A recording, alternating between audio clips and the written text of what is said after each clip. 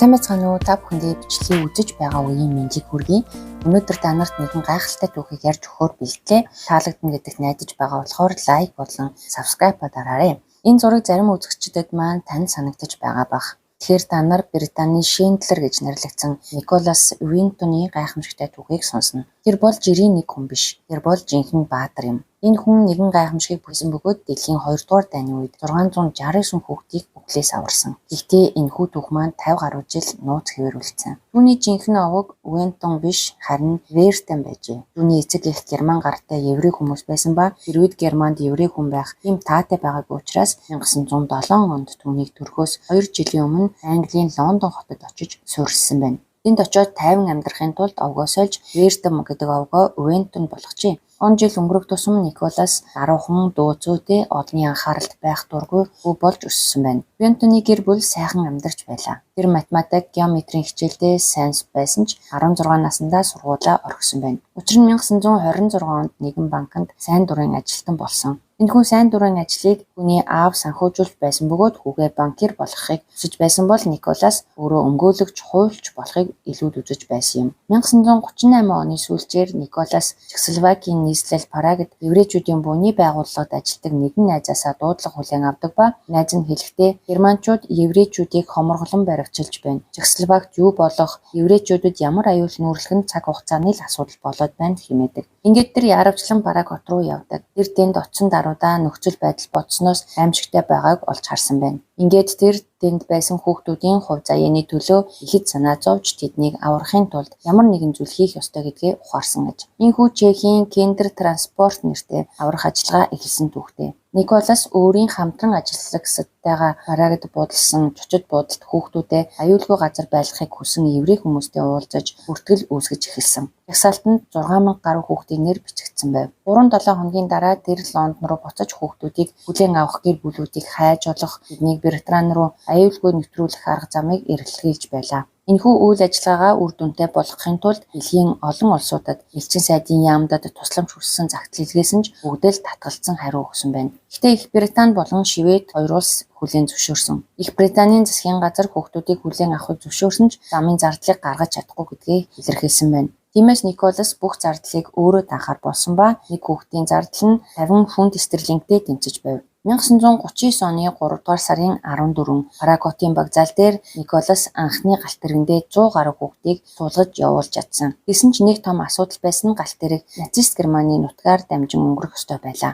Яг таамагласнаар хил дээр Герман цэргүүд галт тэргийг зогсов. Галт тэргэнд бөөн өмнө болж Герман цэргүүд хүүхдүүдийг бүгдийг нь буухыг тушаадаг. Гестапо Николасыг байцаана. Та эдгээр хүүхдүүдийг хаанаас авч яваа билээ гэхэд тэр Чехословакиас Англи руу авч явж байна гэж хариулсан байна. Аз болоход Николас бүгдийг сайн бэлтгэсэн байсан ба бүх хүүхдүүдэд нэвтрэх зөвшөөрлийг олгосон байв. Ингээд ямар ч асуудал байгаагүй тул галт тэргийг явуулдаг. Гэтэ та нар ингээд бүх юм саадгүй боллоо гэж бодож байгаа бох. Яг үнэндээ Николас хүүхдүүдийн нэвтрэх зөвшөөрлийг хуурамчаар үйлдсэн байсан.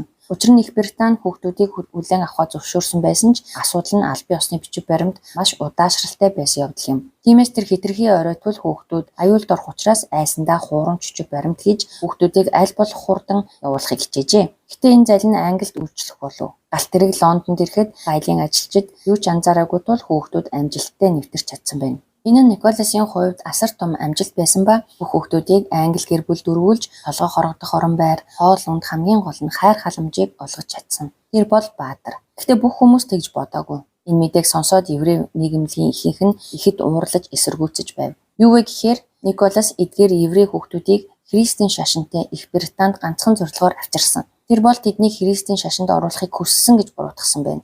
Харин тэр өөрийнхөө байр суурин дээр бат зогсож маш ээлдгээр эсэргүүцэл үзүүлж буй хүмүүст та нар өөрсдийнхөө л асуудалд анхаар. Хэрвээ та нар нэг еврейг Христийн шашинтай гэр бүлд өсгөхгүй өхүүлхийг хүсэж байгаа бол тэр нь та нарын л асуудал. Би хийх ёстой гэж бодож байгаа болохоор би хийн хэмээн хэлсэн байна. 1939 оны 3 дугаар сараас 8 дугаар сар хүртэл Николас нийтдээ 669 хүүхдийг аварсан байна. 1939 оны 9 дугаар сарын 1 Бараг хотын багзаал дээр Николасын 9 дахь галт тэрэг 250 хүүхэдтэй явахад бэлэн болсон байв. Гэвч Герман цэргүүд галт тэргийг ямар нэг шалтгаанаар саатуулж байсан нь санамсаргүй зүйл биш байсан. Яг тэр мөчид германчууд Польш руу довтолж дэлхийн 2 дугаар дан эхэлсэн. Ингээд германчууд галт тэргийг тодорхойгүй чиглэл рүү явуулдаг. Парагийн галт тэрэгний буудлаас хөдөлж амжаагүй энэ 9 дахь галт тэрэг нь байсан 250 хүүхдийн хувь заяа бусад еврейчүүдийн адилаар хөнөөгдсөн нь ойлгомжтой. Николас өөртөө бүх хүүхдийг аварна гэж амласан байсан ч амлалтаа биелүүлж чадаагүйдээ өөрийгөө зүхэж уучлж чадалгүй насан туршдаа дотроо хадгалсан. Энэ нууцаа хүнд ч хэлээгүй ба бүр их нэртэй ч тэр 1949 онд 39 настай та Ирээд гэдэг эмэгтэйтэй гэрэлсэн. Тэр эхнэрээ чин сэтгэлээсээ хайрлаж хамаг жаргал зовлонгоо хуваалцаж байсан ч энэ тухайгаа ярьж зүрхлээгүй.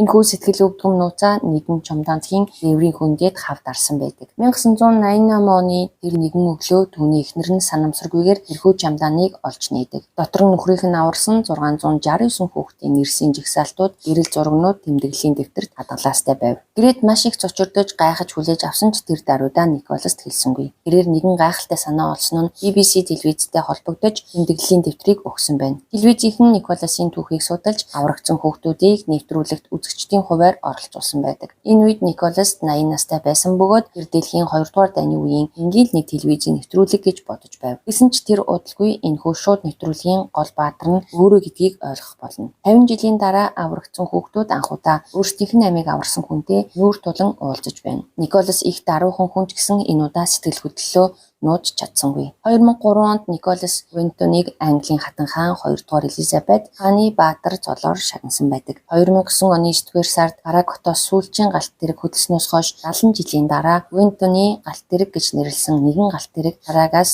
Лондонд хүрсэн бөгөөд энэхүү галт тэрэгэнд Николас Вентоны аварсан хүүхдүүд одоо насанд хүрсэн хүмүүс сууж явсан байна. Лондонд ирэхдээ тэдний аврагч тэр үед 100 настай болсон Николас өөрөө угтаж авсан. Өнөөдөр Вентоны хүүхдүүдийн үр удам 5,000-аас давсан гэж үздэг бөгөөд тэд дэлхийн өнцөг булан бүрт ялангуяа Их Британд, Канад, Израильд амьдарч байна. Галт тэргийг Парагаас хөдлөхийн өмнө Британий шинэтлэрт зориулсан хөшөөг Парагийн галт тэргийн буудалд нээсэн байдаг. Энэ хөшөөн тэр газраас хүүхдүүдийг авран илгээж байсан бэлэг тэмдэг болсон юм. Парагт ч бас Николас өөрийнхөө аварсан хүүхдүүдтэй уулзсан байна. Харамсалтай нь тэдний олон нь өнөөдөр амьд мэнд байхгүй. Николас би харин өөрийн аварсан хүүхдүүдээсээ илүү насалж. Гэхдээ бид маань миний хувьд балчир шүү дээ хэмээн ярьсан байдаг. Энэ олон зуун хүүхдийн амийг фашизмын хар дагалын аимшиг дүглээс аварсан буянтай буурал маань 106 наснда даалт өгсөн юм. За ингээд өнөөдрийн маань бичлэг үгээр өндөрлөж байна. Энэхүү буянтай буурлын талаар нэг үгээр илэрхийл гэвэл та нар юу гэж хэлмээр байна? Сэтгэл хэсэгт бичиж үлдээгээрэй.